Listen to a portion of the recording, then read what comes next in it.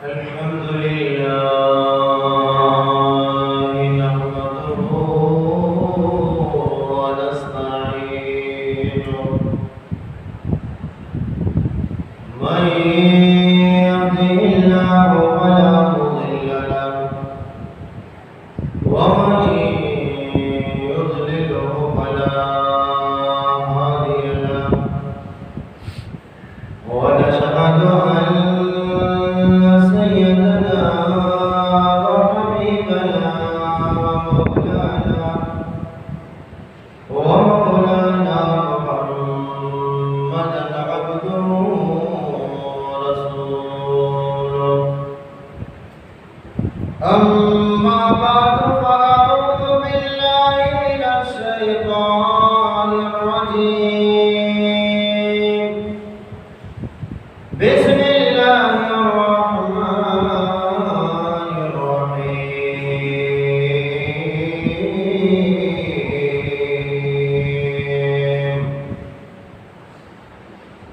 يا أيها النبي لم تحرم ما أحل الله لك تبتغي مرضات أزواجك والله غفور رحيم قد فرض الله لكم تحلة أيمانكم والله مولاكم وهو العليم الحكيم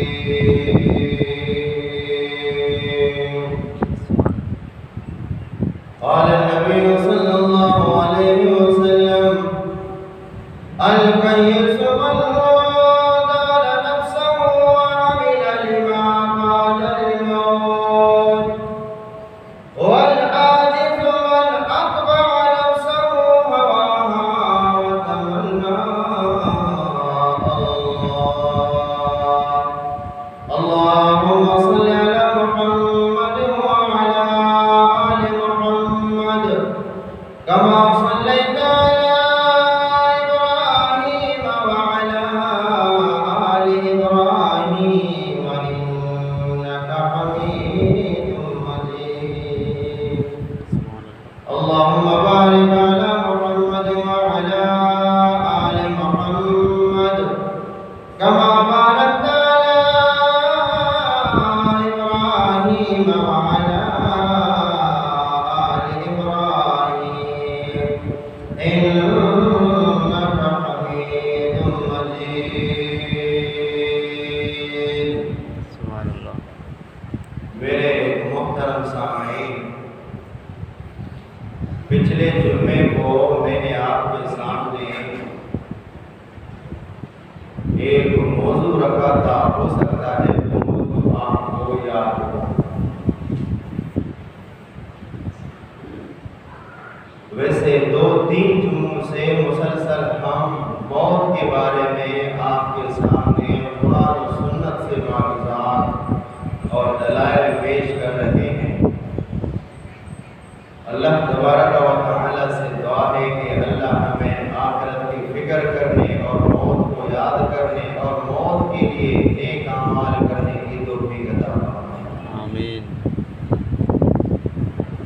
بیان کا مقصد صرف بیان نہیں ہے، یہ فقط ایک یاد دہانی ہے.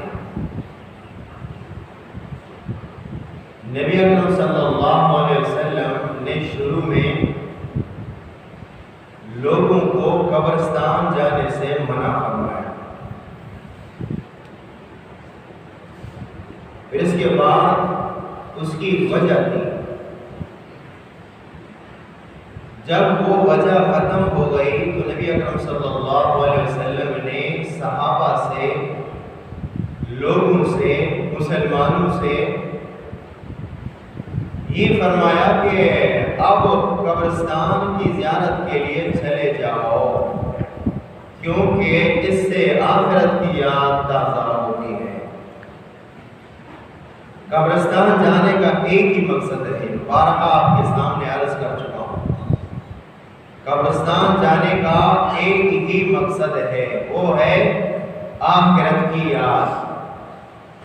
اس کے علاوہ میں اور آپ آپ جس مقصد کے لیے جاتے ہیں، میلے کے لیے قبرستان جانا، آپ فلاں کا میلہ ہے، ہر سال آپ کے ارد گرد میں بھی کچھ میلے لگتے ہیں، تو لوگ کیا کرتے ہیں، مرد بھی جاتے ہیں، عورتیں بھی بنا و سنگار کر کے جاتی ہیں۔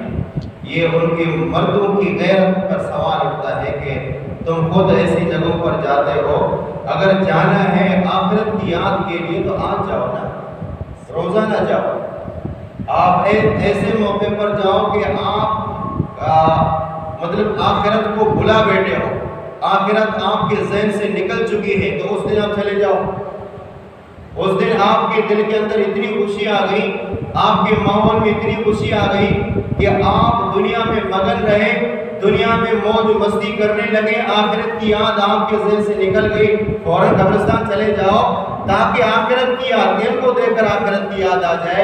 قبرستان میں جانے کا ایک ہی مقصد ہے، عام حالات کی بات کر رہا ہوں، ورنہ مردوں کو دفن کرنے کے لیے بھی قبرستان جانا ہوتا ہے، وہ ایک الگ مسئلہ ہے۔ مردوں کو جانے کے لیے بھی قبرستان ہم جاتے ہیں، لیکن اس کے علاوہ صرف ایک ہی مقصد کے لیے چلا جاتا ہے انسان، اور شریعت نے اس کو اجازت دی ہے، وہ مقصد ہے آخرت کی یاد۔ آخرت کی یاد ہے کہ قبرستان جاؤ گے آخرت کی یاد آ جاتی ہے۔ باقی لوگ قسم قسم کی چیزوں کے لیے قبرستان جاتے ہیں کہ آج جمعرات ہے، ابا کی قبر پر پھول ڈالنے کے لیے جا رہے ہیں، آج اتوار ہے، 2 گلاب کی پانی کی بوتلیں لے کے جا رہے ہیں، ابا کے قبر کے اوپر گلاب کا پانی ڈالے گا، اس چیز کے لیے جا رہے ہیں۔ شریعت میں ان کا کوئی کنسپٹ نہیں ہے، اس کا کوئی وجود ہی نہیں ہے، خام خواہ پیسے کا بھی ضیاع ہے، وقت کا بھی ضیاع ہے۔ باپ سے اتنی محبت ہے تو آپ اپنے گھر ہی کے اندر صدقہ و خیرات کریں، نماز پڑھیں، ابا کے لیے دعا کریں، تو انشاءاللہ اس کو اس چیز سے زیادہ فائدہ ملے گا جو آپ بیجا اور فضول کر رہے ہیں، یعنی اس کی قبر پر پھول ڈالنا۔ اور اسی طریقے سے تفصیلی باتیں میں نے آپ کے سامنے کہہ دی ہیں، اب ضرور نہیں کہ ہر جمعے کو میں نئے سرے سے وہ تفصیل آپ کے سامنے بیان کر دوں کہ قبر کے اوپر پھول ڈالنا جائز ہے کہ جائز نہیں ہے، اور گلاب کا پانی ڈالنا جائز ہے کہ جائز نہیں ہے۔ یہ ایسی باتیں اگر میں کہتا ہوں، اگر کوئی بندہ کتاب لکھ لیتا تو ہماری تقریر سے ایک بہت بڑی کتاب بھی لکھی جاتی ہے۔ ضروری نہیں ہے اب باتوں کو دوبارہ کھولنے کی، مقصد میں یہ آپ کو بتانا چاہتا ہوں کہ قبرستان میں جانے کا ایک ہی مقصد ہوتا ہے، وہ مقصد یہ ہے کہ آخرت کی یاد۔ لوگ یہ کہتے ہیں کہ عورتوں کا قبرستان میں جانا جائز ہے کہ جائز نہیں ہے، اس کا بھی تفصیلی آپ کے سامنے جواب ہو چکا ہے۔ اپنے محرم کے ساتھ، پردے کے ساتھ، بغیر کسی بےہودگی کے ساتھ اگر جانا چاہے تو اس کی گنجائش ہے۔ کیوں؟ مردوں کو آخرت کی یاد کی ضرورت ہے تو عورتوں کو بھی آخرت کی یاد کی ضرورت ہے، لیکن آج کل جس طریقے سے عورتیں جا رہی ہیں آپ کو سمجھ میں نہیں آئے تو آس پاس میں اگر کوئی درگاہ ہے آپ ادھر جا کر چکر لگائیں، اس مقصد کے لیے کہ آپ ان بیہودہ خرافات کو دیکھ لیں۔ آپ کو اگر بھروسہ نہیں، آپ منگور پیر میں جا کر دیکھ لیں وہاں پہ کس طرح کی بیہودگی ہوتی ہے قبر میں۔ تو بہرحال یہ اس طریقے سے بنا و سنگار کر کے تفریح کے لیے جانا، تفریح کے لیے جانا، تفریح کے لیے جانا بالکل ناجائز اور حرام ہے۔ وہاں سے پتہ نہیں کیا سے کیا کیا جاتا ہے، یہ ہم اندھے نہیں، زمین میں ہم بھی رہتے ہیں، ہم سب کچھ دیکھ رہے ہیں۔ تو لہٰذا قبرستان میں جانے کا ایک ہی مقصد ہوتا ہے، چاہے مرد ہو چاہے عورت ہو، آخرت کی یاد آ جائے بس۔ عورت اگر جانا چاہے تو عورت کو بھی اجازت ہے، لیکن پردے کے ساتھ جائے اور وہاں پہ کوئی خرافات نہ کرے۔ خرافات سمجھتے ہو نا، شرک نہ کرے، قبر کی مٹی نہ چاٹے، رونا دھونا نہ کرے، جزا فضا نہ کرے، اور ایسے ہی آخرت کی یاد کے لیے چلی جائے اپنے محرم کے ساتھ، شوہر کے ساتھ، بھائی کے ساتھ، بیٹے کے ساتھ، باپ کے ساتھ چلی جائے، اس کی گنجائش ہے۔ بات سمجھ میں آ گئی نہیں آ گئی؟ یہ چیز میں آپ کے سامنے عرض کر رہا تھا۔ اور اس کے علاوہ ہمارے معاشرے میں ایک غلط فہمی مشہور تھی، اس شبے کا، اس ادارے کا بھی میں نے پچھلے جمعے کو آپ کے سامنے جواب دیا۔ لوگ یہ سمجھتے ہیں کہ جب بیوی کا انتقال ہو جائے تو شوہر بالکل اس سے اجنبی ہوتا ہے، اب شوہر کو کندھا دینے کی بھی اجازت نہیں ہے، جیسے ہمارے معاشرے میں مشہور ہے۔ تو ایسی بات نہیں ہے، شوہر کندھا دے سکتا ہے۔ بات سمجھ میں آ گئی نہیں؟ شوہر قبر میں بھی اس کو اتار سکتا ہے، قبر میں بھی اس کو۔ پہلی بات یہ ہے کہ محرم اتارے زیادہ اولا ہوگا۔ محرم کا معنی بھائی، محرم کا معنی بیٹا، محرم کا معنی باپ۔ عورت کا جنازہ ہے، عورت کی میت ہے، باپ اتارے قبر میں زیادہ اولا ہے، زیادہ افضل ہے، زیادہ بہتر ہے۔ بیٹا اتارے زیادہ بہتر ہے۔ بھائی اتارے زیادہ بہتر ہے، چاچا اتارے یہ غیر محرم ہے کہ ان کے ساتھ کبھی بھی اس عورت کا رشتہ نہیں ہوگا، نکاح نہیں ہوگا، یہ محرم ہے، یہ اگر اتارے تو زیادہ اچھا ہوگا۔ اگر نہیں ہے شوہر اتارے کوئی حرج نہیں ہے، عام مسلمان اتارے کوئی حرج نہیں ہے۔ یہاں پہ لوگوں نے مشہور کر رکھا ہے مرد جو ہے نا مرنے کے بعد کندھا بھی نہیں دے سکتا اور اسی طریقے سے وہ قبر میں نہیں اتار سکتا۔ یہ لوگوں کے فتوے ہیں، شریعت اس چیز کا، شریعت کے اندر ایسی کوئی بات نہیں۔ یہ تو بات ایسی تھی کہ میں بار بار آپ کے سامنے کرتا ہوں، اس پر میں نے ایسی بات نہیں کہ میں نے آپ کے سامنے دلیل بھی دی، 2-3 دلیلیں اور بڑی دلیلیں۔ ایک بخاری کی روایت آپ کے سامنے میں نے پیش کی اور ابن ماجہ کی میں نے آپ کے سامنے روایت پیش کی کہ نبی اکرم صلی اللہ علیہ وسلم، دوبارہ میں مختصر عرض کرتا ہوں، مجھے آپ کسی اور موضوع پر گفتگو کرنا ہے۔ نبی اکرم صلی اللہ علیہ وسلم انصار کے کسی جنازے سے جنت البقیع سے گھر تشریف لائے۔ بی بی عائشہ امہات المومنین، جو مومنوں کی ماں ہیں، امہات المومنین حضرت بی بی عائشہ رضی اللہ تعالیٰ عنہا نبی اکرم صلی اللہ علیہ وسلم کی لاڈلی بیوی ہے اور واحد بیوی ہے کہ جس کا نکاح اللہ کے نبی کے ساتھ کنوارے پن میں ہوا ہے۔ باقی جتنے بھی نکاح اللہ کے نبی کے ہوئے ہیں سب بیوہ سے ہوئے، سب نکاح بیوہ سے ہو گئے ہیں۔ صرف ایک ہی نکاح بی بی عائشہ کا، وہ کنوارے پن میں بی بی عائشہ کا نکاح ہوا ہے، باقی کسی کنواری کے ساتھ اللہ کے نبی نے نکاح نہیں کیا۔ حضرت عائشہ کو اس بات پر فخر تھی کہ نبی اکرم صلی اللہ علیہ وسلم سے میرا نکاح اس حالت میں ہوا ہے، باقی کسی کا نکاح سب وہ صحیح بات تھی، یعنی بیوہ تھی۔ تو جب نبی اکرم صلی اللہ علیہ وسلم اس جنازے سے تشریف لائے، بی بی عائشہ رضی اللہ تعالیٰ عنہ کے سر پر پٹی باندھی ہوئی تھی اور بی بی عائشہ رضی اللہ تعالیٰ عنہ رو رہی تھی اور کہہ رہی تھی واہ رأسا، میرے سر میں درد، میرے سر میں اللہ کے نبی بہت زیادہ درد ہو رہا ہے، بہت زیادہ میرے سر میں درد ہو رہا ہے۔ نبی اکرم صلی اللہ علیہ وسلم نے عذروی تفنن، عذروی مزاح ارشاد فرمایا، اے عائشہ اگر اس سر کے درد میں تیرا انتقال ہو جائے، یاد ہے نا وہ حدیث، اس سر کے درد میں تیرا انتقال ہو جائے تو میں اللہ کے نبی تجھے غسل دوں گا۔ پہلی بات یہ کہ میں جب زندہ ہے تو میں آپ کے لیے دعا کروں، استغفار کی فوت ہو جائے، بخاری کی روایت، میں آپ کے لیے استغفار کروں، میں آپ کے لیے دعا کروں تیرے مرنے کے بعد، اگر اس سر درد میں تیرا انتقال ہو جائے، اس سر درد میں تیرا انتقال ہو جائے، تیرے مرنے کے بعد میں تیرے لیے استغفار کروں اور میں تیرے لیے دعا مانگوں۔ دوسری روایت غالباً ابن ماجہ کی ہے یا سنن دارمی کی ہے، اس میں تو یہ الفاظ ہیں کہ وار ایسا ہو، اے اللہ کے نبی میرے سر میں درد ہو رہا ہے، درد سے سر میرا پٹ رہا ہے۔ لازمی بات ہے بیوی شوہر کے سامنے اپنی بیماری کا ذکر کرتی ہے کہ تاکہ شوہر علاج معالجے کے لیے وہ آگے مطلب یہ کہ متحرک ہو جائے۔ اب بی بی عائشہ رضی اللہ تعالیٰ عنہ کہنے لگی، اے اللہ کے نبی میرے سر میں درد ہو رہا ہے، سر درد سے پٹ رہا ہے۔ اللہ کے نبی صلی اللہ علیہ وسلم نے ارشاد فرمایا کہ اگر اس سر درد میں تیرا انتقال ہو جائے، اے بی بی عائشہ اس سر درد میں تیرا انتقال ہو جائے، میں تجھے اپنے ہاتھوں سے غسل دوں گا، میں تجھے اپنے ہاتھوں سے کفن دوں گا، میں تجھے اپنے ہاتھوں سے غسل بھی دوں گا، کفن بھی دوں گا، جنازہ بھی پڑھاؤں گا اور اپنے ہاتھوں سے تمہیں قبر میں اتار کر دفن کروں گا۔ بات سمجھ میں آ گئی نہیں؟ 4 باتیں عرض کی، 4 باتیں کیا کی عرض کی، اور 3 باتوں میں کوئی اختلاف نہیں، 3 باتوں میں امت کا کوئی اختلاف نہیں ہے۔ شوہر جنازہ بھی پڑھا سکتا ہے، ٹھیک ہے، شوہر کندھا بھی دے سکتا ہے، شوہر دفن بھی کر سکتا ہے، لیکن جو پہلی بات ہے غسل دینا، میں تمہیں غسل دیتا ہوں، یہ عذروی محبت اللہ کے نبی نے فرمایا۔ یہ بات ہو، میں نے آپ کو یہ کہا کہ اس حدیث کی پہلے شقہ میں جواب آپ کو دوں گا کہ کیا کسی ایک طبقے کا اس بات پر اتفاق ہے کہ شوہر اپنے بیوی کو غسل دے سکتا ہے؟ میں نے آپ کو کہا اس کا جواب آپ کو اس جمعے کو دے دیتا ہوں۔ اس کا جواب یہ ہے غسل کے علاوہ باقی سب کام کر سکتا ہے، غسل کے علاوہ باقی سب کام کر سکتا ہے۔ جہاں تک آپ اگر اشکال پیش کرتے ہو کہ بی بی فاطمہ رضی اللہ تعالی عنہا کہنے لگی میں اگر فوت ہو جاؤں، اے علی میں اگر فوت ہو جاؤں تو مجھے غسل بھی تم دینا، مجھے رات کو جنازہ بھی میرا پڑھا لینا، اور اس طریقے سے اس طرح کی بات، اس طرح کی روایت آتی ہے تو بعض علماء نے لکھا ہے کہ حضرت علی کی خصوصیت ہوگی، لیکن بعض یہ بھی تشریح کرتے ہیں، کتابوں میں لکھا ہے کہ حضرت علی نے غسل نہیں دیا، حضرت علی نے بی بی فاطمہ رضی اللہ تعالیٰ عنہ کو غسل نہیں دیا، غسل دیا ہے اسماء بنت امیس نے۔ غسل کس نے دیا ہے؟ اسماء بنت امیس۔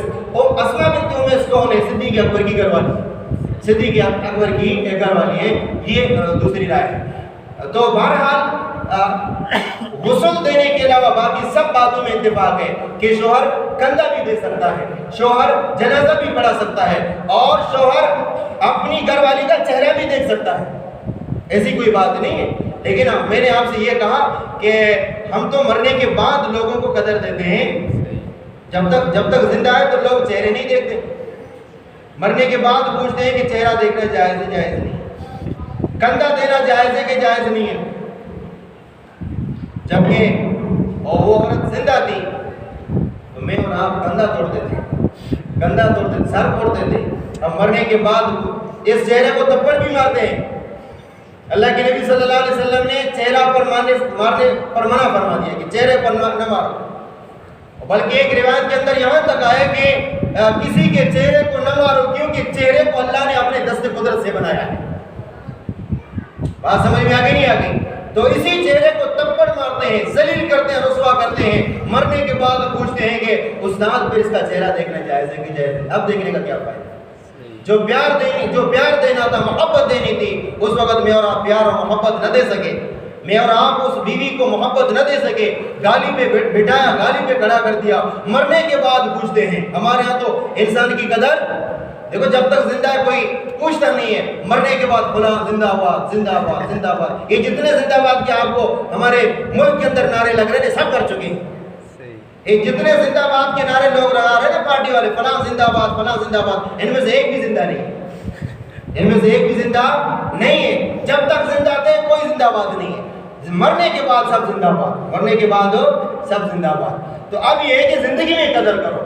بارہا میں یہ آپ کے سامنے عرض کر چکا ہوں کہ مرنے کے بعد ابا کے قبر پر گلاب کا پانی ڈالنے سے بہتر ہے کہ زندہ اس کی خدمت کرو۔ گھر کا پانی پلاؤ، مٹکے کا پانی نہیں پلاؤ گے، مرنے کے بعد قبر کے اوپر گلاب کا پانی ڈالو گے، باپ کی خدمت کر رہا۔ بات سمجھ میں آ گئی ہے کہ زندہ ہے اس کی قدر کرو، زندہ ہے ماں باپ کی قدر کرو، زندہ ہے شوہر کی قدر کرو، زندہ ہے بیوی کی قدر کرو۔ مرنے کے بعد پوچھتے ہیں کہ استاد اس کا چہرہ دیکھنا جائز ہے کہ جائز نہیں ہے؟ آپ نے اس چہرے کو کئی مرتبہ ذلیل کیا ہے، وہ پوچھا کہ بیوی کے چہرے کو مارنا، ذلیل کرنا، گالی پہ بٹھانا، گالی پہ کھڑا کرنا جائز ہے جائز نہیں؟ کبھی فتویٰ پوچھتے نہیں ہو۔ مرنے کے بعد پوچھتے ہیں کہ استاد بیوی کے چہرے کو دیکھنا جائز ہے کہ جائز نہیں ہے؟ بہرحال یہ شریعت کا قانون ہے، ہمیں شریعت کے قانون کی پاسداری کرنا لازم اور بے حد ضروری ہے۔ اب میں آپ کے سامنے جو بات عرض کر رہا ہوں وہ سنیے۔ نبی یہ بھی واقعہ اسی طریقے سے میں نبی اکرم صلی اللہ علیہ وسلم کے اہل و عیال اور خاندان کے متعلق میں نے ایک موضوع آپ کے سامنے رکھا تھا، غالباً رمضان میں یا رمضان سے پہلے، ایلا کا مسئلہ آپ کے سامنے رکھا تھا۔ اس میں جو آپ صلی اللہ علیہ وسلم کی ناراضگی تھی اپنی بیویوں کے ساتھ، ایک مہینہ آپ صلی اللہ علیہ وسلم الگ ہوئے، ٹھیک ہے، ایک مہینہ آپ صلی اللہ علیہ وسلم ناراض ہو گئے، وہ بھی کسی دنیاوی مقصد کے لیے نہیں، وہ بھی کسی دنیاوی مقصد کے لیے نہیں، دین کے لیے۔ اور یہ بات یاد رکھیں، دین کے لیے کسی سے ناراض ہونا اس کی شریعت کے اندر اجازت ہے۔ آپ نے سمجھانے کی کوشش کی، وہ بندہ سمجھنے کے قابل نہیں ہے، سمجھنے کی اس کے اندر صلاحیت نہیں ہے، آپ دین کے واسطے اس سے قطع تعلقی کر سکتے ہیں۔ اس پر ہمارے پاس دو تین کئی نظیریں ہیں، کئی مثالیں ہیں۔ میں نے آپ کے سامنے ایک مثال دی، مثال آپ دیکھیں کہ نبی اکرم صلی اللہ علیہ وسلم کو قرآن مجید میں اللہ تبارک و تعالیٰ نے رؤوف الرحیم فرمایا۔ حالانکہ رؤوف الرحیم یہ کس کی صفت ہے؟ اللہ کی صفت ہے۔ رؤوف الرحیم کس کی صفت ہے؟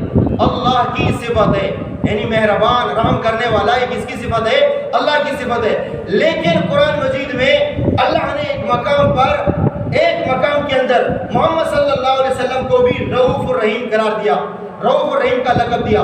لقد جاءکم رسول، سورہ توبہ کی آخری آیت ہے، لقد جاءکم رسول من انفسکم عزیز علیہ ما عنتم حریص علیکم بالمؤمنین رؤوف الرحیم۔ نبی اکرم صلی اللہ علیہ وسلم مومنوں کے ساتھ رؤوف الرحیم ہیں۔ رؤوف بھی ہیں، رحیم بھی ہیں. حالانکہ رؤوف بھی اللہ کی صفت ہے، رحیم بھی اللہ کی صفت ہے، لیکن اللہ تبارک و تعالیٰ نے یہ دو اوصاف محمد صلی اللہ علیہ وسلم کے ساتھ بھی متصف کیے. اتنے مہربان ہونے کے باوجود بھی آپ صلی اللہ علیہ وسلم، آپ کو پتہ ہے ایک مرتبہ اپنے 3 صحابہ کے ساتھ 40 دن تک، بعض روایت کے اندر آتا ہے 40 دن تک اللہ کے نبی اپنے 3 صحابہ کے ساتھ ناراض ہو گئے. اور یہ بھی قصہ میں نے آپ کے سامنے غالباً 4-5 سال پہلے بیان کیا ہے، ابھی نہیں، تقریباً 3-4 سال پہلے کا واقعہ ہے. سورہ توبہ کے اندر ان کا ذکر بھی موجود ہے. نبی اکرم صلی اللہ علیہ وسلم غزوہ تبوک کے لیے چلے گئے. غزوہ تبوک چلے گئے، وہ گرمی کا بھی موسم تھا اور سیزن بھی تھا، مدینے والوں کا سیزن بھی تھا. جیسے ہمارے ہاں اب 1-1.5 مہینے کے بعد، ابھی تو خورائیں لگی ہوئی ہے، 1-1.5 مہینے کے بعد سب سے پہلے لابسٹر کا سیزن ہوتا ہے. پھر اس کے بعد کس چیز کا سیزن ہوتا ہے؟ مئی کا سیزن ہوتا ہے. پھر اس کے بعد پھر مکس سیزن ہوتا ہے. لابسٹر اور مئی اس لیے کہ یہ آپ کو یاد ہے کہ کی قیمت ہے، تو اس کا سیزن ہوتا ہے. مدینے والوں کی کھجور کی فصل ہوتی ہے، کھجور کا سیزن ہوتا تھا. اب آپ دیکھیں یہ ہمارے تبلیغی جتنے بزرگ ہیں انہوں نے کیا کیا، انہوں نے جتنے بھی ہم دیہاتیوں کے جوڑ رکھے ہیں، اس وقت جب سیزن ختم ہوتا ہے، مچھی کا سیزن ختم ہوتا ہے، تو ہمارے تبلیغی جو بزرگ ہیں وہ مدنی مسجد میں دیہاتیوں کا جوڑ کب رکھتے ہیں؟ جون جولائی میں رکھتے ہیں، اکثر رکھتے ہیں جون جولائی میں، بھی میرے خیال سے تو جون جولائی میں رکھتے ہیں. رکھنے کی وجہ کیا ہے کہ سیزن میں کوئی جاتا نہیں ہے. اب آپ دیکھو اگست، ستمبر، اکتوبر، نومبر، دسمبر، جنوری، فروری میں سیزن ہے. مئی کے سیزن میں، لابسٹر کے سیزن میں کلو 2500 روپے 1 کلو ہے. اگر آپ بولے بھی چلے کے لیے کوئی جائے گا؟ مئی کے سیزن میں کوئی جائے گا؟ نہیں جائے گا. اب جون جولائی میں کوئی سیزن نہیں، لوگ جاتے ہیں. اب آپ اندازہ لگاؤ، خود سوچ لو، آپ سیزن والے ہو، آپ خود سوچ لو مئی کے سیزن میں آپ کو کوئی سیر و کے لیے بلائے، ہم جانے کے لیے تیار نہیں. لابسٹر کے سیزن میں اگر مجھے اور آپ کو یہ کہے کہ گشت کے لیے چلے جائیں، چلا لگانا دور کی بات ہے، اشرا لگانا دور کی بات ہے، سیرا جو لگانا دور کی بات ہے. آپ ساتھیوں کو یہ کہ بیرون گشت کے لیے چلے جائیں. یار بیرون گشت سے بہتر یہ کہ ہم چلے جائیں، ہو سکتا 2 مہینے آ جائے، 2-3 ہزار کا بن جائے. اب یہاں پہ دیکھیں کھجور کی فصل تیار ہے، مدینے میں کھجور کی فصل تیار ہے. اور آپ کو پتا ہے کہ مدینہ والوں کا گزر بسر بھی کھجور کی فصل پر ہوتا ہے. وہ سال انتظار کرتے ہیں کہ کھجور کی فصل تیار ہوگی، ہم کاٹیں گے، بیچیں گے، اس سے پورے سال ہمارا گزر بسر ہوگا. اب یہ ہوا کہ کھجور کی فصل تیار ہو گئی. نبی اکرم صلی اللہ علیہ وسلم نے ارشاد فرمایا کہ اللہ کا حکم ہے کہ جہاد کے لیے چلے. یہاں تبلیغ میں تو کسی کی جان تو نہیں جائے گی بھائی، واپس آئیں گے ماشاءاللہ موٹا تازہ فربا ہو کر واپس آئیں گے. اگر سرحد میں تشکیل ہو جائے تو وہاں سے پھر ماشاءاللہ موٹا تازہ ہو کر آ جائیں گے. یہ وہاں پہ لوگ تو ماشاءاللہ دسترخوان کھولنے بھی نہیں دیتے. بعض ساتھیوں سے پوچھا جاتا کارگزاری سناؤ، تو سب سے پہلے یہ کارگزاری سناتے فلاں محلے میں گئے، دسترخوان کھولنے بھی نہیں دیا. تو ماشاءاللہ ہر قسم کے کھانے وہاں پہ میسر. یہ کارگزاری یہ بھی کارگزاری ہے. بہرحال یہ بھی کار اللہ کے راستے میں جاتے ہیں، کھاتے پیتے، کیا حرج ہے، کسی کو کیا تکلیف ہے. تو بہرحال صحابہ رضوان اللہ تعالیٰ علیہ مجمعین اس سیزن میں کھجور کی فصل تیار ہے. اللہ کے نبی نے فرمایا جہاد کے لیے چلے. اب لازمی بات ہے پورے سال کا گزر بسر اسی کھجور کے فصل پر ہے. لیکن صحابہ کا ایمان، رجال لا تلہیہم تجارت ولا بیع عن ذکر اللہ. صحابہ وہ انسان ہیں، یہ کون گواہی دے رہا ہے؟ یہ اللہ تبارک و تعالیٰ گواہی دے رہے ہیں. رجال لا تلہیہم تجارت ولا بیع عن ذکر اللہ. صحابہ وہ انسان ہیں جس کو اللہ کے ذکر سے ان کا کاروبار، ان کی تجارت مانے اور رکاوٹ نہیں ہے. بھلے تجارت کر رہے ہیں، بھلے کاروبار کر رہے ہیں، بھلے سب کچھ کر رہے ہیں، لیکن اللہ کے ذکر کو چھوڑتے نہیں ہیں، لیکن نماز کو چھوڑتے نہیں ہیں. کاروبار بند کر دیتے ہیں، کاروبار چھوڑ دیتے ہیں، لیکن اللہ کے ذکر کو چھوڑ نہیں دیتے. وہ اللہ کے ذکر کو چھوڑ نہیں دیتے، نماز کو چھوڑ نہیں دیتے. اور آج کل ہم اپنے آپ کو دیکھ لیں، میں بارہ یہ باتیں کر لیتا ہوں، لوگ اشارہ اپنی طرف سمجھتے ہیں کہ یہ ہمیں کہہ رہا ہے. میں نے آپ کو یہ کہا نا کہ اگر ہم پاپڑ بھی بیچ رہے تو ہماری نماز قضا ہے. ایک بندہ کنارے میں جامن بھی بیچ رہا تو اس کی بھی نماز قضا ہے. یہ کاروبار کروڑوں کا کاروبار نہیں ہے، 200 کے کاروبار پر نماز قضا، پھلی بیچ رہا تو نماز قضا، اور بھی بہت ساری چیزیں، معمولی کاروبار کے لیے نماز قضا۔ اللہ تبارک و تعالیٰ نے ارشاد فرمایا رجال لا تلہیم تجارت ولا بیع عن ذکر اللہ، صحابہ وہ انسان ہیں، صحابہ وہ لوگ ہیں کہ کاروبار بھی کرتے ہیں، کاروبار بھی کرتے ہیں، تجارت کرتے ہیں، خرید و فروخت کرتے ہیں، لیکن ان کے کاروبار کی وجہ سے ان کی نمازیں ضائع نہیں ہوتی، اللہ کا ذکر ضائع نہیں ہوتا، اللہ کے ذکر سے وہ غافل بولو نہیں ہے۔ یہ گواہی دے رہا کون؟ اللہ تبارک۔ اب آپ دیکھیں نبی اکرم صلی اللہ علیہ وسلم نے جہاد کا اعلان کیا، جہاد کا اعلان کیا تو سارے صحابہ تیار ہو گئے۔ میں مختصر وہ اس بات کی طرف اشارہ کر رہا ہوں، میں کسی اور موضوع کی طرف نکل گیا۔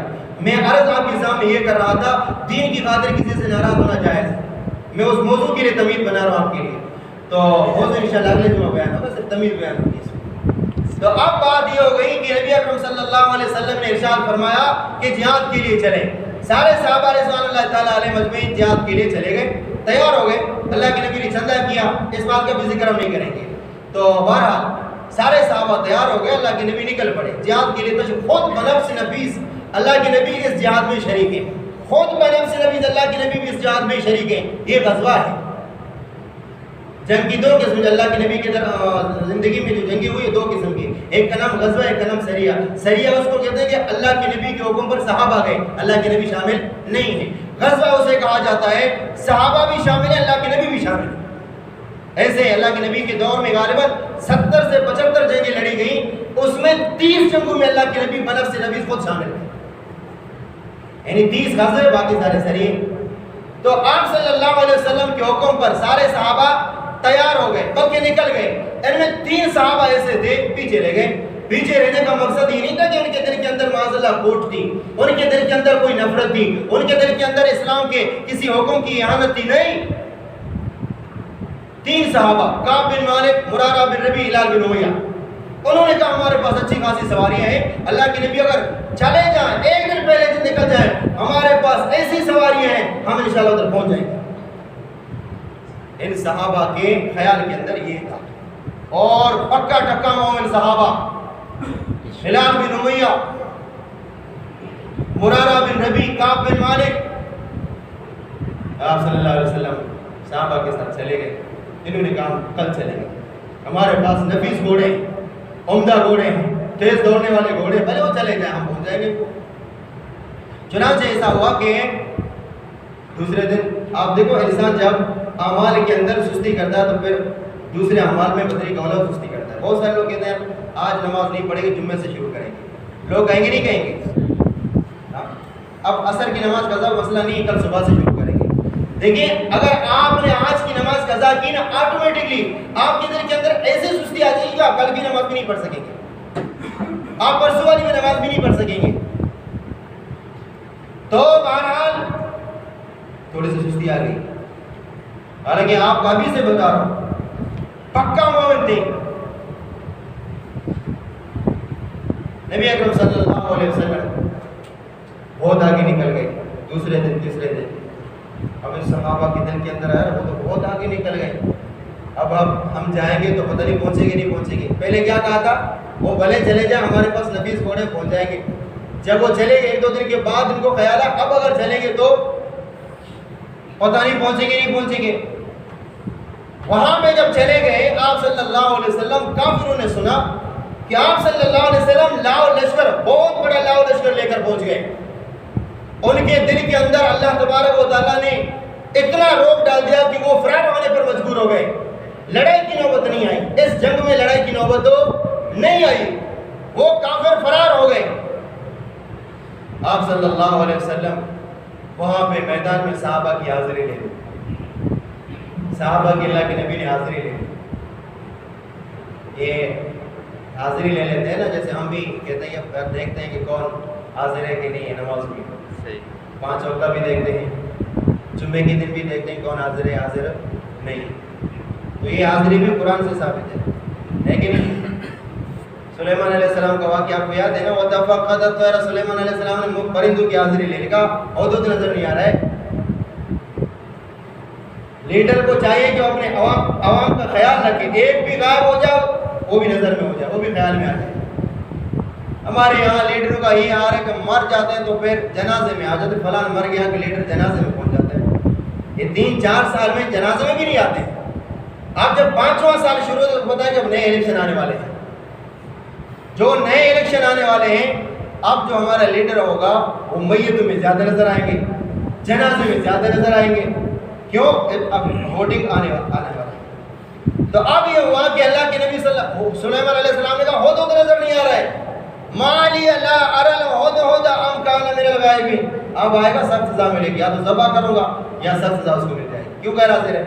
اللہ کے نبی صلی اللہ علیہ وسلم نے سب صحابہ کو نظر دوڑائے، کعب بن مالک غیر حاضر، مرارہ بن ربی حاضر نہیں، کعب بن مالک، مرارہ بن ربی، ہلال بن امیہ۔ دیکھو آپ صلی اللہ علیہ وسلم کی نظر دیکھیں کہاں پہ؟ جہاد میں چلے گئے، حاضری مدینے میں نہیں ہو رہی۔ یہ تینوں صحابہ مدینے میں اور وہاں پہ آپ صلی اللہ علیہ وسلم حاضری لے رہے، جہاں پہ غزوے کے لیے چلے گئے، جہاد کے لیے چلے گئے۔ کعب بن مالک نہیں ہے، ہلال بن امیہ نہیں ہے، مرارہ بن ربی نہیں ہے۔ واپس جہاد کے لیے تشریف لائے جو منافقین رہتے تھے نا مدینے کے اندر، انہوں نے کہا اللہ کے نبی پیٹ میں درد ہے اس لیے نہیں آیا۔ دوسرے نے کہا سر میں درد، جیسے آج کل بہانے کرتے ہیں نماز کیوں نہیں پڑھتے، قطرے کی بیماری ہے۔ لوگ سوال کرتے نہیں کرتے بھائی نماز کیوں نہیں پڑھتے ہو، قطرے کی بیماری ہے۔ تو ہم بھی اپنے آپ کو حکیم بنانا شروع کیا تاکہ آپ کی اس بیماری کا بھی علاج کریں۔ کیا ہوا؟ بچے نے پیشاب کیا ہے، شکر ہے آپ نے بچے کے اوپر پیشاب نہیں کیا۔ تو ایسا بھی ہوا۔ یہ سارے بہانے ہیں، لا تعتذروا اليوم، قیامت کا دن اللہ تبارک و تعالیٰ فرماتے ہیں یہ بہانے نہیں چلیں گے۔ لا تعتذروا اليوم، یہ بہانے نہیں چلیں گے۔ منافقین آ کر کہنے لگے اللہ کے پیٹ میں درد ہے اس لیے نہیں آتا، تمہارے میں کیا تھا؟ میرے سر میں درد ہے اس لیے نہیں۔ تیسرے کا جلاب در لگے نہیں، یہ سارے کو جلاب ہو گیا کیا؟ لیکن یہ وہ منافق تھے، لوگوں نے یہ جھوٹے آثار پیش کیے، لیکن اللہ نے سب کے جھوٹے آثار نبی کو بتا دیے، سب جھوٹ بول رہے ہیں، یہ بھی جھوٹا، فلان بھی جھوٹا، فلان بھی جھوٹا۔ جتنے غیر حاضر ہیں جو جہاد میں نہیں آئے یہ جھوٹے ہیں۔ یہ 3 صحابہ آئے اللہ کے نبی کے پاس، اللہ کے نبی نے فرمایا کیوں نہیں آئے بھائی؟ انہوں نے کہا اگر جھوٹ بولیں گے اللہ تو ہمارے سینوں کے رازوں سے بھی واقف ہے۔ بے شک اے منافقوں کی طرح اگر ہم جھوٹ بولیں وقتی طور پر ہم بچیں گے، وقتی طور پر ہم بچیں گے اللہ کے نبی صلی اللہ علیہ وسلم، لیکن اللہ تبارک و تعالیٰ اپنے نبی کو ہمارے دل کی خبر بتا دے گا، ضرور بتا دے گا۔ نبی سستی ہو گئے، نبی اکرم صلی اللہ علیہ وسلم سستی ہو گئی، ارادہ تو کہاں آنے کا، سستی ہو گئی بس۔ ہم منافق بھی نہیں ہیں، ہم کافر بھی نہیں ہیں، پکے مسلمان ہیں، اللہ سے بھی محبت ہے، اللہ کے نبی آپ سے بھی محبت ہے، بس سستی ہو گئی۔ جھوٹ نہیں بولتے، پیٹ میں درد نہیں تھا، سر میں درد نہیں تھا، جلاب الٹی نہیں تھا، بس سستی ہو گئی۔ لیکن اللہ کے نبی، یہ میرا موضوع کا پوائنٹ میں آپ کے سامنے بتا رہا ہوں، اللہ کے نبی صلی اللہ علیہ وسلم نے ارشاد فرمایا آج کے بعد ان سے بات کرنا بند کر دو۔ صحابہ نے بات کرنا بند کر دیا، اللہ کے نبی نے بات کرنا بند کر دیا، حتیٰ کہ روایت کے اندر آتا ہے آپ صلی اللہ علیہ وسلم نے ان کے گھر میں پیغام بھیجا کہ ان کے بیوی بچوں سے کہہ دیں کہ ان سے بات کرنا بند کر دو۔ لوگ کہتے ہیں کہاں سے ثابت ہے؟ اللہ کے نبی کہتے ہیں من احب للہ وابغض للہ واطاع للہ ومنع للہ فقد استکمل الایمان، جو اللہ سے محبت کرے، جو اللہ کے قانون کی وجہ سے اللہ ہی کے لیے کسی سے بغض رکھے، اللہ کے لیے عطا کرے، اللہ کے لیے منع کرے، فقد استکمل الایمان، اس کا ایمان مکمل ہو گیا۔ اللہ کے لیے جو محبت کرے اس کا ایمان مکمل، جو اللہ کے لیے کسی سے بغض رکھے اس کا بھی ایمان مکمل ہے۔ اب بغض رکھنا کوئی اچھی بات نہیں ہے، لیکن اللہ ہی کے لیے میں کسی سے بغض رکھ رہا ہوں تو میرا ایمان مکمل ہو جائے گا۔ ایک بندہ ہے، اس کو سمجھانے کی کافی کوشش کی، بھئی آپ شراب نہ پی، مثال دے رہے ہو شراب نہ پی، آج آپ نے منع کیا، آپ کی بات پر اس نے توجہ نہیں، کل دوبارہ پرسوں کی، آپ نے بہت زیادہ اس کو سمجھانے کی کوشش کی، نہیں سمجھ پایا، آپ نے اپنا راستہ الگ کر دیا، اس سے قطع تعلق کی جائز ہے۔ بات سمجھے نہیں سمجھے؟ یہ جائز ہے۔ سمجھانے کی کوشش کریں. اس کے علاوہ آپ دیکھ رہے ہیں کہ وہ دین کا مخالف ہے, دین کے سامنے رکاوٹ ہے, کلم کلا دین کی نافرمانی کر رہا ہے, اللہ رسول کی نافرمانی کر رہا ہے. سمجھانے کی کوشش کرو, سمجھ پائے تو ٹھیک ہے, سمجھنے کی کوشش نہ کرو تو آپ اپنا راستہ الگ کر دیں. فضائل اعمال میں آپ نے حدیث سنی کہ بنی اسرائیل کے علماء کی ہلاکت کب آئی؟ اس وقت آئی. آج اس کو سمجھایا, نہ سمجھ پائے, کب اسی کے ساتھ چلنا پھرنا کھانا بیٹھنا. تو اللہ تبارک و تعالیٰ فرماتے ہیں ہماری گرفت آ گئی, دونوں نہیں بچے, دونوں نہیں بچے. بات سمجھ میں آ گئی کیا؟ تو آپ صلی اللہ علیہ وسلم نے ارشاد فرمایا ان سے بات چیت نہ کرو, انہوں نے اللہ کے حکم میں, اللہ کے حکم کو بجا لانے میں لوگوں نے کوتاہی کی ہے. جہاد اللہ تبارک و تعالیٰ کا حکم تھا, جیسے نماز اللہ کا حکم, جہاد اللہ کا حکم تھا. اب اس وقت میں مسلمانوں کا بازو بننا چاہیے تھا, نبی اکرم صلی اللہ علیہ وسلم کی مدد کرنی چاہیے تھی تم لوگوں کو, لیکن تم لوگوں نے کم احمدی کا مظاہرہ کیا, جہاد میں شریک نہیں ہوئے. حالانکہ پکا ٹکا مومن تھے, پکا صحابی تھے اللہ کے نبی کے, اور اللہ تبارک و تعالیٰ نے ان کے دل کی گواہی دی اولئک الذین امتحن اللہ قلوبهم للتقویٰ. لیکن ظاہری سستی ہو گئی. آپ صلی اللہ علیہ وسلم نے ارشاد فرمایا میں بھی بات نہیں کروں گا, صحابہ ان سے بات نہیں کرو, گھر والوں کی طرف حکم بھیجا کہ ان سے بات نہیں کرو.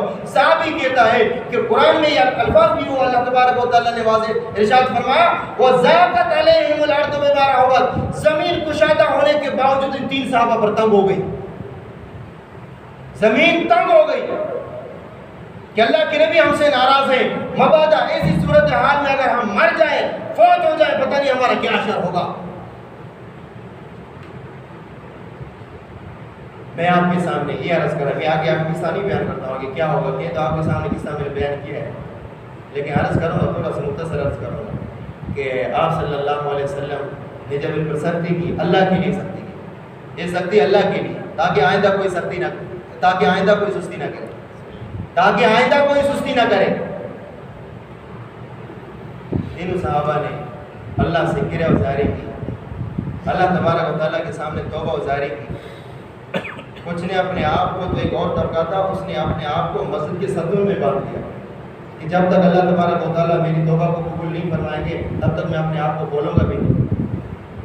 توبہ وزاری کی, گڑ گڑایا, رویا, چیخا چلایا, اللہ تبارک و تعالیٰ کی طرف سے معافی کا اعلان ہوا. اللہ تبارک و تعالیٰ نے فرمایا وَعَلَى الثَّلَاثَةِ الَّذِينَ خُلِّفُوا, جو 3 صحابہ پیچھے رہ گئے, اللہ تبارک و تعالیٰ نے اپنے نبی کے توبہ کو قبول کیا, مومنوں کی توبہ کو قبول کیا, ان 3 صحابہ کی توبہ کو قبول کیا. نبی نے کون سا جرم کیا؟ اللہ نے فرمایا کہ ان 3 کا جرم ہم نے معاف کیا, 3 کا گناہ ہم نے معاف کیا, صحابہ کا بھی ہم نے گناہ معاف کیا, نبی کا بھی ہم نے گناہ معاف کیا. اب نبی نے کوئی جرم کیا ہی نہیں, نبی تو جہاد میں شریک تھے, صحابہ بھی جہاد میں شریک تھے, یہ تو 3 کا ذکر تھا نا. توبہ جرم 3 نے کیا, سستی 3 نے کی ہے, تو 3 نے توبہ کی, تو اللہ نے 3 کا ذکر کرنا چاہیے تھا. اللہ کو چاہیے تو یہ تھا کہ اللہ یہ فرماتے ہیں 3 کے توبہ کو میں نے قبول کیا. نہیں, اللہ تبارک و تعالیٰ نے فرمایا لقد تاب اللہ علی النبی والمؤمنین وعلی الثلاثۃ الذین خلفوا. اللہ تبارک و تعالیٰ فرماتے ہیں کہ ہم نے نبی کے توبے کو قبول کیا, مومنوں کے توبے کو قبول کیا, ان 3 کے توبے کو قبول کیا. اس کی وجہ یہ تھی کہ 3 صحابہ کو تسلی دینا تھا. صرف ان 3 صحابہ کا ذکر ہوتا تو قیامت تک لوگ قرآن پڑھتے, قیامت تک لوگ قرآن پڑھتے. وہ 3 صحابہ کا ذکر آتا تو لازمی بات ہے وہ صحابہ خود اپنے ذہن کے اندر سوچ لیتے کہ اب جب بھی لوگ قرآن پڑھیں گے تو ہم 3 صحابہ کا جرم نظر آئے گا, 3 کا ذکر آئے گا. اللہ تبارک و تعالیٰ نے توبے میں سب مومنوں کو شامل کیا تاکہ رہتی دنیا تک کوئی قرآن پڑھے گا, صحابہ 3 صحابہ پر نظر نہ ہو, پوری امت پر اس کی نظر ہو. بات سمجھے نہیں سمجھے؟ تو بہرحال بات ہی میں آپ سے عرض کر رہا تھا. تو اللہ کے نبی بھی ایک مسئلے میں اپنے گھر والوں سے بھی 29 دن تک ناراض رہے. یاد ہے نا وہ قصہ آپ کو, ایلا کا مسئلہ آپ کے سامنے میں نے بتایا تھا, ایلا, اور اسی طرح جو اختیار کا مسئلہ آپ کو بتایا تھا سورہ احزاب کے اندر. ان 2 جگہوں میں اللہ تبارک و تعالیٰ نے ارشاد فرمایا یا ایھا النبی قل لازواجک, اپنی بیویوں کو یہ حکم دے دیں کہ اگر آپ دنیا کا مال متاع چاہتے ہو تو آ جاؤ, نبی تمہیں دنیا کا مال متاع دے دے گا, طلاق دے کر رخصت کرے گا. نبی کے پاس اس طرح کی مطالبہ کرنے کی تمہیں گنجائش نہیں. اور اگر تم اللہ کو چاہتی ہو, اللہ کے رسول کو چاہتی ہو تو اللہ کو لے لو, اللہ کے رسول کو لے لو, اور آئندہ ایسا مطالبہ نہ کرو جو نبی کے پاس موجود نہیں ہے. ایسا مطالبہ نہ کرو جو میرے نبی کے پاس موجود نہ ہو اور جو میری نبی کی حیثیت کا باعث بن جائے. اسی اسنا میں آپ صلی اللہ علیہ وسلم 29 دن تک اپنے بیوی بچوں سے ناراض ہو گئے، لیکن یہ بھی ناراضی کس وجہ سے ہے؟ یاد رکھیں یہ بھی اللہ کے لیے ہے کہ نبی کے گھرانے میں اس طرح کا مطالبہ کرنا کہ نبی کی اذیت کا باعث بنے۔ لازمی بات ہے جب نبی کو اذیت ہوتی ہے، جو نبی کو اذیت دیتا تو سمجھ لو اللہ کو اذیت دیتا۔ تو اب بات یہ ہو گئی کہ یہاں تک ہم نے آپ کے سامنے یہ چیزیں بیان کی۔ پھر ایک اور مسئلہ جس کے لیے میں نے آپ کے سامنے قرآن مجید کی آیت تلاوت کی، یا ایھا النبی لما تحرم ما احل اللہ، کہ اے نبی صلی اللہ علیہ وسلم جس چیز کو اللہ تبارک و تعالیٰ نے آپ کے لیے حلال کیا ہے وہ چیز آپ اپنے لیے حرام کیوں کرتے ہو؟ اور نبی نے کیا چیز حرام کیا وہ تفسیر میں آپ کے سامنے اگلے جمعے کو بیان کروں گا۔ لیکن اب بات یہ کہ بہت ساری چیزیں ایسی ہیں کہ جو اللہ نے ہمارے لیے حرام نہیں کیے۔ میں بات وہی کر رہا تھا پچھلے جمعے، بہت ساری چیزیں ایسی ہیں کہ وہ اللہ نے ہمارے لیے حرام نہیں کیے، میں خود اپنے آپ پر حرام کر رہا ہوں۔ ہمارے معاشرے میں بہت ساری چیزیں ہیں، میں ان چیزوں کا وقتاً فوقتاً آپ کے سامنے بیان کرتا ہوں، وقتاً فوقتاً بہت ساری چیزیں ایسی چیزیں بیان کرتا ہوں کہ اللہ تبارک و تعالیٰ نے وہ چیزیں ہم پر ان چیزوں کے معاملے میں کوئی سختی نہیں رکھی ہے، لیکن میں اور آپ اپنے آپ پر اس مسئلے میں سختی کرتے ہیں۔ میں نے آپ کے سامنے یہی بات درس کی تھی۔ دیکھیں ہم سے لوگ سوال کرتے ہیں کہ آپ کو پتہ ہے کہ یہ جو ہماری بچی ہے یہاں کے لوگ صدقے کا گوشت نہیں کھاتے ہیں، یعنی سب سے زیادہ صدقے کا مستحق یہی لوگ ہیں۔ یقین جانے اب یہ جو ماہی پٹی مچھی والے پٹے وہ نان شبینہ کے محتاج ہیں، اس وقت کسی کے پاس ایک ٹائم کا کھانا بھی نہیں، تو لیکن ان کو آپ صدقہ کا گوشت دے دیں گے تو نہیں کھائیں گے۔ صدقے کا گوشت، صدقے کا گوشت آپ تو زکوٰۃ کی بھی مستحق ہو، زکوٰۃ بھی آپ لے سکتے ہو، آپ صدقہ بھی لے سکتے ہو، لیکن دے دو نہیں کھائیں گے، سمندر میں جا کر پھینک دیں۔ صدقے کا گوشت ہمارے لیے حلال ہے، تم صحیح ہے تو کیا نہیں کہتے بھائی اللہ نے تمہارے لیے حلال کیا۔ یہ باہر والے جو لوگ ہیں تفریح کے لیے وہ حیران ہو گئے کہ یہ کون سا بھائی مسئلہ ہے، یہاں پہ لوگ صدقے کا گوشت نہیں کھاتے، نہیں کھاتے بھی مرضی، تمہاری ایک شریعت ہے ہماری بھی ایک شریعت ہے، نہیں کھاتے کیا کرو۔ تو یہاں کے لوگ صدقے کا گوشت نہیں کھاتے، 1000 مرتبہ بولا ہے صدقے کا گوشت بھائی حلال ہے تمہارے لیے، نہیں کھاتے، پھر پوچھتے ہیں۔ آج میں بیان کر رہا ہوں، آپ اثر کی ہوگا صدقے کا گوشت لے کر آئیں، سوزوکی کھڑی کر دو، یہ کہیں گے صدقے کا گوشت نہیں کہیں گے۔ ایک ہے اللہ کا دین، ایک ہے ہمارا اپنا دین۔ تو جو چیز اللہ تبارک و تعالیٰ نے حلال کیا ہے اس کو تو نبی بھی اپنے اوپر حرام نہیں کر سکتا۔ کیا فرمایا ایھا النبی لما تحرم ما احل اللہ، اے محمد صلی اللہ علیہ وسلم جس چیز کو اللہ نے تیرے لیے حلال کیا ہے اس کو اپنے اوپر حرام کیوں کرتے ہو؟ اس کی تفسیر میں آپ کو بتاتا ہوں انشاءاللہ اگلے جمعے کو کہ کیا چیز اللہ کے نبی نے اپنے اوپر حرام کر دیا۔ بات سمجھ میں آ گئی نہیں آ گئی؟